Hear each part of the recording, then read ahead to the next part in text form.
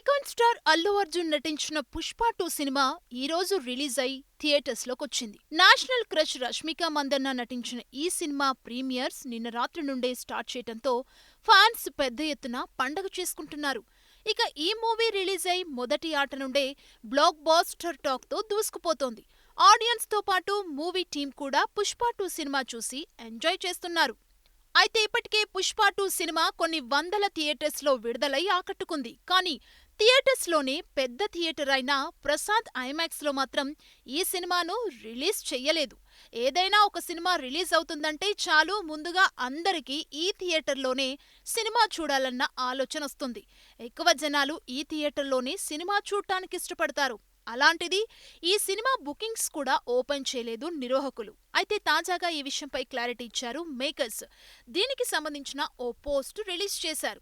ఇక పోస్ట్లో మా విలువైన పార్ట్నర్స్కి గత 2 దశాబ్దాలుగా సినీ ప్రేక్షకులకి మంచి సినిమా అనుభూతిని అందిస్తున్నాం. కానీ ఇప్పుడు దురదృష్టవశాత్తు కొన్ని అనుకోని పరిస్థితుల వల్ల మేము మీకిష్టమైన ప్రసాద్ మల్టీప్లెక్స్లో 'పుష్ప 2' సినిమాని ప్రదర్శించలేకపోయాం. దీనివల్ల మీకేదైనా అసౌకర్యం కలిగించి ఉంటే క్షమించండి. మమ్మల్ని అర్థం చేసుకున్నందుకు ధన్యవాదాలంటూ తెలిపారు.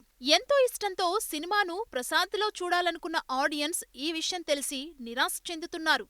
అయితే ప్రసాద్ ఐమాక్స్లో 'పుష్ప 2' సినిమా రాకపోవడానికి కారణం మైత్రి మూవీ మేకర్స్ కారణమని తెలుస్తోంది.